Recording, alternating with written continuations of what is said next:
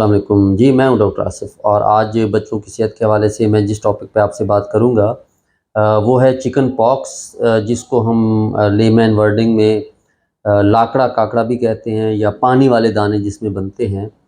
तो ये जो चिकन पॉक्स है ये एक वायरस से फैलती है जिसको हम वेरिसेला वायरस कहते हैं और ये बड़ी हाईली कंटेजियस डिजीज़ होती है, यानी एक पर्सन से या एक बच्चे से दूसरे बच्चे में बड़ी जल्दी मुंतकिल होती है। और इसमें जो इसकी अलामात हैं वो क्या हैं?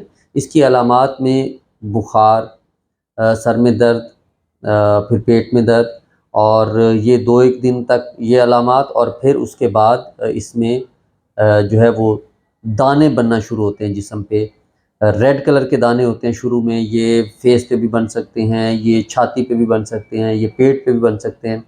और ये जो दाने हैं फिर इसमें साथ में पानी भरना शुरू हो जाता है इन दानों में और उसके साथ फिर इचिंग होती है, यानी ख़ारिश होती है। जैसा कि मैंने आपको बताया कि ये बड़ी हाईली कंटेजियस डिज़ीज़ है, लेकिन और इस डिज़ीज़ का जो ड्यूरेशन है, दौरानिया है, वो अमूमन 2-1 हफ़्ते तक रहता है।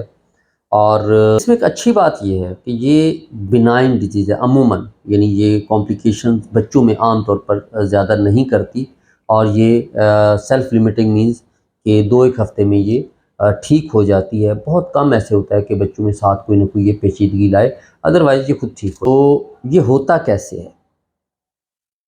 फैलता कैसे है? तो जैसे मैंने आपको पहले बताया, ये हाईली कंटेजियस डिज़ीज़ है, मीन्स कि अगर एक बच्चे को चिकन पॉक्स हुआ है तो दूसरे बच्चे को स्किन टू स्किन यानी कांटेक्ट से हो सकता है, यानी जिस बच्चे के जिस्म पे दाने थे उसकी स्किन दूसरे बच्चे को टच हुई, या फिर ड्रॉपलेट इन्फेक्शन, यानी ये बच्चा जब कफ़ करेगा, खांसेगा, छींकेगा या बोलेगा तो वो जो बोलने से या छींकने या खांसने से जो जो ड्रॉपलेट्स हैं, वो सिक्रीशंस हैं, वो दूसरे बच्चे तक जब जाएंगी तो ये दोनों चीज़ें जो है ना वो इन्फेक्शन का सोर्स बनेंगी, फैलाव का सबब बनेंगी।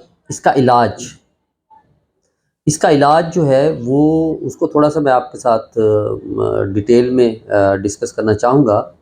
अ, जैसा कि मैंने आपको बताया, ये वायरल इन्फेक्शन है और ये वाला जो इन्फेक्शन है ये सेल्फ लिमिटिंग होता है, यानी आम तौर पर ये जो इन्फेक्शन है ये अपना टाइम पूरा करके तो ये सेटल हो जाता है। बड़ों में इस इन्फेक्शन में साथ कॉम्प्लिकेशन या पेचीदगियाँ आ सकती हैं, लेकिन अमूमन बच्चों में इनमें जो है वो इस इन्फेक्शन में साथ पेचीदगियाँ अमूमन नहीं होती। बहुत कम बच्चों में ऐसे हो सकता है कि साथ में नमूनिया या कोई दिमाग का इन्फेक्शन जैसे दौरे पड़ना है वो हो जाए, तो डेफ़िनेटली वो फिर उसके मुताबिक उसको ट्रीट किया जाता है। लेकिन आम तौर पर ये सेल्फ लिमिटिंग डिज़ीज़ है, ये खुद ही ठीक हो जाती है, जिसको हम बिनाइन डिज़ीज़ कहते हैं। इसमें करना क्या है? इसमें सबसे इम्पॉर्टेंट चीज़ ये है कि एक बल्कि मिथ भी है कि बहुत सारे लोग ये समझते हैं कि इसमें नहाना बच्चे को नहीं चाहिए। तो बल्कि अच्छी बात ये है कि डेली का बच्चे को इसमें शॉवर दें, नहलाएँ। क्योंकि नहलाने से क्या होगा, एक तो जो इचिंग है, जो ख़ारिश है वो कम होगी, सूदिंग इफ़ेक्ट मिलेगा और जब ख़ारिश बच्चा कम करेगा और उधर से नहलाने से अपनी हाइजीन अच्छी करेगा, तो ये जो पानी वाले दाने हैं ये बैक्टीरियल इन्फेक्शन में कन्वर्ट नहीं होंगे, यानी उनमें पस नहीं पड़ेगी। तो इसलिए डेली का शॉवर लेना जो है ये एक बहुत अच्छी बात है। फिर एक दूसरी एक मिथ जो है ना वो ये है कि बच्चे को कमरे में बंद कर दिया जाता है, जी बाहर नहीं निकलना। देखिए, आप बच्चे को आइसोलेट ज़रूर करें। आइसोलेट मीन्स कि ये बच्चा जो है ना दूसरे बच्चों के साथ क्लोज़ कॉन्टैक्ट में ना हो, लेकिन आप उस बच्चे को जिस रूम में वो आपने उसको अलहदा रखा हुआ है, उसकी वेंटिलेशन अच्छी रखें। उसमें या जब वो बाहर लॉन में भी आके बैठ सकता है, लेकिन बाकी बच्चों से ज़ाहिर है। फिर ये है कि क्या हमें इसमें एंटीवायरल मेडिकेशन देनी चाहिए? डेफ़िनेटली ये डॉक्टर ही डिसाइड करता है जब हमारे पास बच्चे आते हैं। लेकिन अमूमन मैं आपको ये बता दूँ कि जिन बच्चों की हाइट बिल्ट अच्छी हो, जिन बच्चों की ग्रोथ अच्छी हो, तो डेफ़िनेटली उनकी इम्यूनिटी अच्छी होती है। तो इसलिए वहाँ अमूमन हमें एंटीवायरल देने की ज़रूरत नहीं होती। लेकिन जिन बच्चों में हमें लगा कि जी इनकी इम्यूनिटी कम है, इनकी ये मेल नरिश्ड हैं या ऐसे लगा कि ये बच्चे जो है ना इनमें कोई कॉम्प्लिकेशन ना डेवलप हो जाए, तो डेफ़िनेटली वहाँ हमें अगर एंटीवायरल स्टार्ट भी करनी है तो वो टाइमली स्टार्ट करनी है, क्योंकि अगर आप रैश अपीयर होने के 2-4 दिन बाद एंटीवायरल दे रहे हैं तो उनका कोई एज़ सच इफ़ेक्ट नहीं होगा। जी। और फिर है जनाब कि इसमें आपने बच्चे को जो है वो बुखार की सूरत में पैनाडोल देनी है, एस्पिरिन वाला सॉल्ट यानी डिस्पिन वाला सॉल्ट नहीं देना। और फिर इसमें हम देते हैं जनाब कुछ एंटी इचिंग यानी ख़ारिश को रोकने के लिए या ख़ारिश को कम करने के लिए कुछ मेडिसिन देते हैं। क्योंकि ये जो ख़ारिश जब ये बच्चा करेगा, एक तो उस वक्त कोशिश करें बच्चे के नेल जो है ना नाखून ट्रिम कर लें, क्योंकि अगर ये बच्चा ख़ारिश करेगा तो और नाखून भी बड़े होंगे तो वो जो ख़ारिश से स्किन डैमेज होगी उससे, और बार बार ख़ारिश करने से निशान जिसको हम स्कार कहते हैं वो बनेंगे, और जितना डीप डैमेज होगा स्किन का ये निशान जो है ना उतने परमानेंट यानी मुस्तकिल भी हो सकते हैं। और फिर ये है कि इसमें जो है साथ में डाइट का बड़ा होता है जी, फ़लाँ चीज़ खिलाएँ, फ़लाँ चीज़ ना खिलाएँ। अच्छी बात ये है कि बच्चे का लिक्विड जूस इंटेक, जूसेस ये अच्छा रखें, क्योंकि बच्चे की डाइट अच्छी रखेंगे तो बच्चे की इम्यूनिटी अच्छी होगी। जब बच्चे की इम्यूनिटी अच्छी होगी तो डेफ़िनेटली बच्चा जो है इस इन्फेक्शन से जो है वो इस इन्फेक्शन में जल्दी रिकवर हो जाएगा और उसमें कोई कॉम्प्लिकेशन नहीं। फिर ये है कि बच्चे को आप बेड रेस्ट दें, घर पे रखें, स्कूल नहीं भेजें, क्योंकि जैसे मैंने आपको बताया ये हाईली कंटेजियस डिजीज़ है, और ये रैश अपीयर होने के 2 दिन पहले और रैश अपीयर होने के 6 दिन तक ये बच्चा जो है ना दूसरे बच्चों को इन्फेक्शन स्प्रेड कर सकता है, फैला सकता है।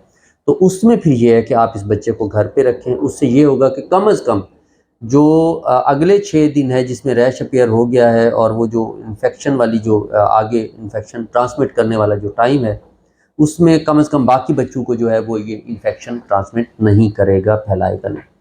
और फिर दूसरा ये कि चूँकि बेड रेस्ट करेगा तो इसलिए बेड रेस्ट करने से और डाइट घर पे अच्छी रखने से उसकी अपनी इम्यूनिटी अच्छी होगी, तो उससे भी जो है वो ये बच्चा जल्दी रिकवर करेगा और कॉम्प्लिकेशन के चांसेस नहीं होंगे।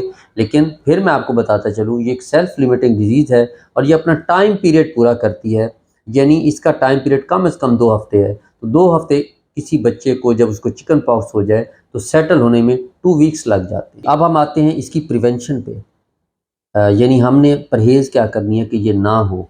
देखिए जिस बच्चे को ये इन्फेक्शन हो जाए तो उसके लिए तो ये इन्फेक्शन से जब ये बच्चा रिकवर करता है तो ये इन्फेक्शन उसको लाइफ़ लॉन्ग इम्यूनिटी देती है, यानी बहुत रेयर चांसेस हैं कि उसको ये दोबारा हो, अदरवाइज़ उसको लाइफ़ लॉन्ग इम्यूनिटी मिलती है। जिन बच्चों को नहीं हुआ तो उनको आप वैक्सीन कराएँ। उसकी आइडियल जो टाइम है वैक्सीन की वो ये है कि ये पहली डोज़ 12 से 15 महीने की उम्र पे, और दूसरी जो डोज़ है वो स्कूल गोइंग एज पे यानी 4 से 6 साल की उम्र में लगनी चाहिए। फिर जैसे मैंने आपको बताया कि इसमें बच्चे को जो है वो आप मास्क पहनाएँ ताकि कम से कम वो बोलते और छींकते वक़्त दूसरे बच्चों तक इन्फेक्शन जो है ना वो ट्रांसमिट ना करे। फिर लास्ट में जो इम्पॉर्टेंट चीज़ है वो जिसके बारे में बहुत सारे पेरेंट्स कंसर्न भी होते हैं, ख़ास तौर पर अगर उनकी यानी जो उनकी बेटियां हैं, बच्चियां हैं, उनके लिए कि अगर चिकन पॉक्स हो जाए they are much concern about the scars, कि जो फेस पे अगर उनके स्कार बन जाएं तो उनका क्या करना होता है, क्या उनका कोई ट्रीटमेंट है। यस, उसमें ये है कि अगर तो वो स्कार्स सुपरफिशियल हैं, बहुत ज़्यादा डीप नहीं है, तो अमूमन ये डीप पिगमेंटेड जो क्रीम्स हैं उनसे ठीक हो जाते हैं। और फिर दूसरा अगर इसमें ज़्यादा हो तो फिर इसमें कुछ इंटरवेंशन डिसीजन जो है वो की जाती हैं, या फिर उसमें लेज़र ट्रीटमेंट आ गई है। तो ये चीज़ें जो है ना अब लेकिन इसके बारे में डिटेल में डेफ़िनेटली मुझसे ज़्यादा अच्छा जो है वो आपको एक डर्माटोलॉजिस्ट जो है वो गाइड कर सकता है। बट ये है कि यस, अब इसके जो स्कार्स अगर बन जाएँ और वो परमानेंट हो जाएँ तो उनका भी ट्रीटमेंट कुछ हद तक मुमकिन है।